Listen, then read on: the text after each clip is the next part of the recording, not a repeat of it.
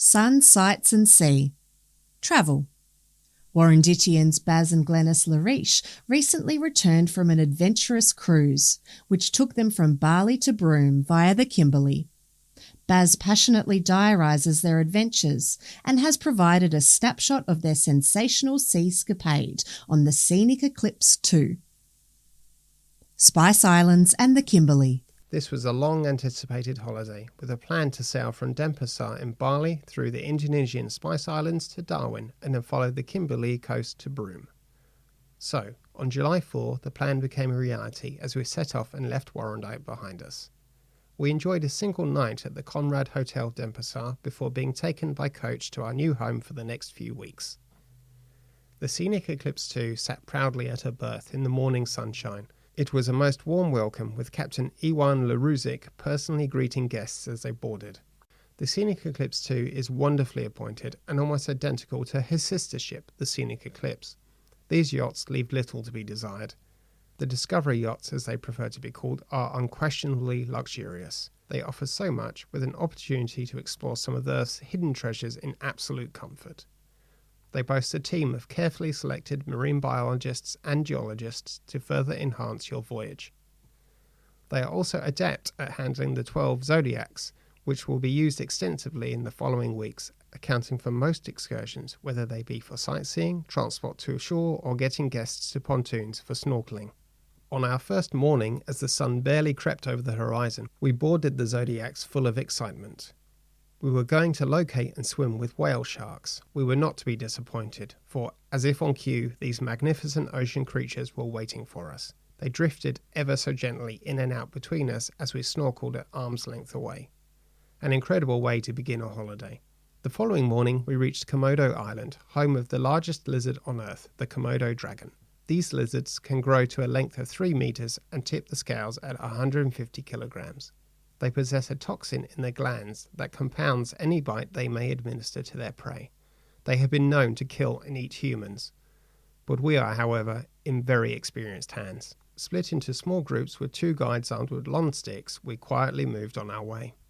We found a gathering of 3 Komodo dragons, and under the watchful eye of our guides, we take photographs and then slip away. The island of Bandonera has a very colourful welcome for us. A number of canoes, paddled by 20 or more of the local men in each boat, escorted us to our berthing spot. A reception awaited us on shore with music and dancing. Our captain opted to join some of the locals in their canoe and paddled ashore to the delight of the waiting crowd. Palau Cree offered a beautiful setting with palm trees and soft white sand, along with unbelievable clear waters to enjoy. The scenic crew provided the cherry on top by erecting a bar on the beach. Even at such an early hour, they had thought of everything. It was here that I was introduced to the Sea Bob, an electrically powered machine that you hung onto, squeezed the throttle, and off you went across the water or even under it. We sail onto West Papua, Raja Ampat, where some of the best snorkelling in the world can be enjoyed, with abundant fish life no doubt attracted by bountiful coral, providing a diver's paradise. Tucked away among these islands are some remarkable rock formations and rock art estimated to be in excess of 17,000 years old. It is hard to understand how rocks of this size remain upright under such slender foundation. At this location we noticed another zodiac not unlike ours. It was stationary as we approached it. To our surprise, we recognised our ship's captain handing out glasses of champagne as we pulled alongside. Yenwao Punor was our next destination, where we were greeted by a parade of marching islanders playing drums and flutes. They were led by a man mimicking a bird, dancing and swaying, using his arms as if they were wings. More music awaited us in the form of ukuleles at Kai Island, with local food laid out on tables, the scenic beach bar once again in use. The kayaks, sea bobs and paddleboards all set to go, and of course, more wonderful snorkelling. Darwin to Broome. What an extraordinary place the Kimberley is. The Zodiacs took us to King George River, where the towering rock formations are quite stunning. It is hard to believe that they are natural. Some are like grand pieces of art carefully assembled by a hidden hand. Unfortunately, no swimming, as this is crocodile country. However, respite from the heat was at hand, with a dunking under the falls, if desired, while still in the Zodiac. Mitchell Plateau.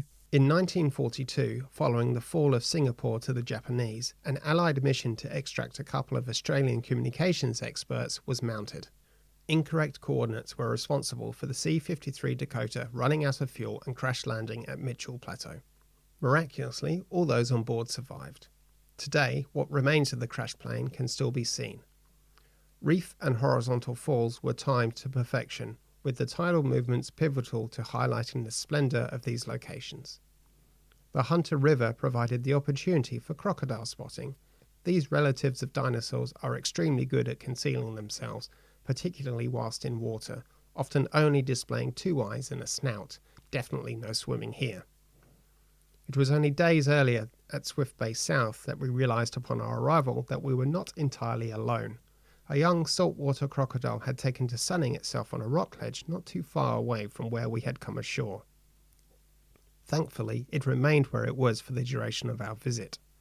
I had seen pictures of Mitchell Falls, but the beauty of them can only be really appreciated by being there. A short helicopter flight from the eclipse, a gentle touchdown, then follow your guide to some inspiring lookouts and take as many photos as you wish. Returning to the yacht, we reflected on our time on board, the sights we had seen and the new memories we had made, of the culinary delights enjoyed at the various restaurants and the people who had made us feel so welcome throughout this wonderful journey.